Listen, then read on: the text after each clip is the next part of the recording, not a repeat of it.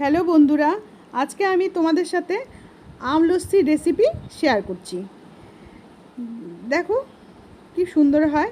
এই আম লস্যি বানানোর জন্য আমি দুটো আম ছিলকে ছাড়িয়ে নিলাম।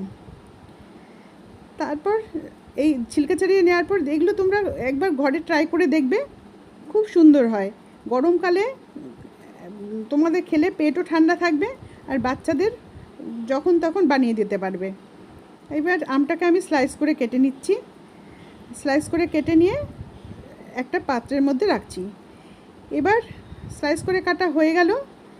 এবার আমি এটাকে পাশে রেখে দিলাম। এবার একটা একটা জুসারে আমি আমটাকে ঢেলে দিলাম। আমটাকে ঢালার পরে এখানে আমি আগের থেকে দই দিয়ে জল দিয়ে ঘোল তৈরি রেখেছিলাম, সেটাই ঢেলে দিলাম। এবার আমি এর ভিতরে সামান্য লবণ দেব। এই যে লবণ দিচ্ছি, এটা তোমরা নিজের টেস্ট অনুযায়ী দিয়ে নেবে। আর দিচ্ছি চিনি।